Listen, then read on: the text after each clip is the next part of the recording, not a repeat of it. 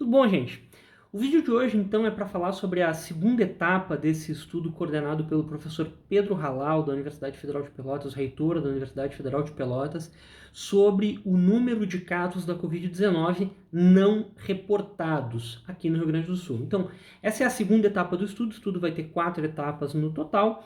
E mais importante de tudo é que ele vai ganhar uma versão nacional. Então, agora em maio, nas próximas semanas, a gente vai estar vendo esse estudo ser ampliado para o Brasil todo. E isso é muito, muito importante para a gente ter uma noção de qual que é o real tamanho da pandemia, para a gente ter uma noção de qual que é o número de casos de Covid-19 em pessoas assintomáticas ou em pessoas que só desenvolveram sintomas leves da doença, porque a gente sabe que aqui no Brasil essas pessoas não são testadas, porque eles são os casos de menor gravidade, e a prioridade, já que a gente tem poucos testes, é nas pessoas que desenvolvem sintomas graves ou agudos do Covid-19. Então esse estudo ele é um estudo via amostragem estatística da população, pega uma parcela representativa da população e faz os testes nessa parcela, que nem se fosse uma pesquisa de opinião ou uma pesquisa para escolher presidente da República, por exemplo. Então, o que eu quero falar? Esse estudo chegou à conclusão de que uma em cada 769 pessoas do estado do Rio Grande do Sul poderia já ter se infectado com o Covid-19 há 2 semanas atrás. Isso daria uma quantidade de casos na faixa de 15 mil casos. Para comparação, hoje a gente tem 1.420 casos confirmados aqui no Rio Grande do Sul. Então fica aquela coisa, se há 2 semanas atrás tinha 15 mil, poderia ter 15 mil segundo esse estudo, e hoje tem 1.420, então a nossa subnotificação está nas alturas, e meu Deus, o estado, a situação está muito pior do que está sendo divulgado, os testes estão sendo feitos errados, alguma coisa ruim vai acontecer. Não, não é bem isso. Calma, calma, calma. A gente tem que ter uma noção de que o Rio Grande do Sul ainda está com uma capacidade de testagem alta, em comparação com o número de casos que a gente tem.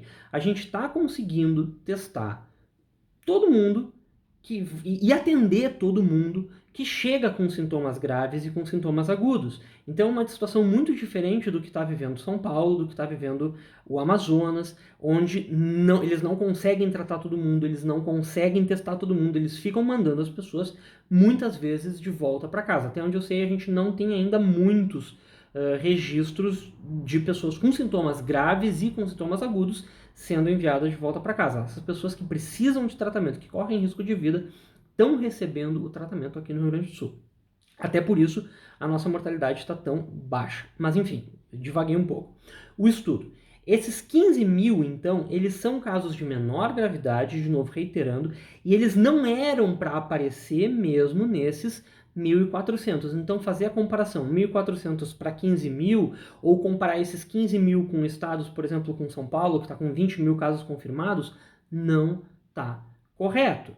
A gente tem que ter noção que esses 15 mil casos, eles são para um estudo científico de qual é a quantidade de pacientes assintomáticos, qual que é a quantidade de pacientes com sintomas leves e principalmente para embasar o governo do Rio Grande do Sul, que é o principal interessado e um dos financiadores dessa pesquisa, na decisão de abrir ou não abrir o comércio.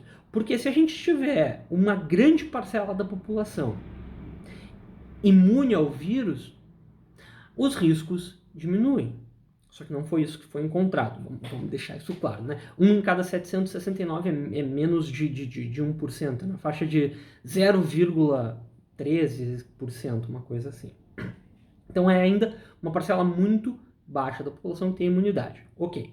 Mas enfim, aqui no Rio Grande do Sul a situação ainda está mais ou menos sob controle. Eu tenho sentido, e é bem essa palavra, eu tenho sentido que no interior está crescendo um pouco mais rápido do que na capital, aqui na região metropolitana. Então tem que tomar um cuidado aí as cidades do interior, porque 1.420 no Rio Grande do Sul inteiro, a gente está na faixa de 450 aqui em Porto Alegre, significa que 2/3 do número de casos não está em Porto Alegre. Anteriormente esse número era bem menor, metade dos casos eram em Porto Alegre, se não me engano já teve épocas que 2/3 dos casos eram em Porto Alegre, então o interior está crescendo um pouquinho mais rápido, tem que se cuidar. Então, fundamentalmente é isso, não se assusta com esses 15 mil aí, eles não servem para uma comparação com outros estados, eles servem para estudos científicos, tá, pessoal? Então é isso aí, obrigado.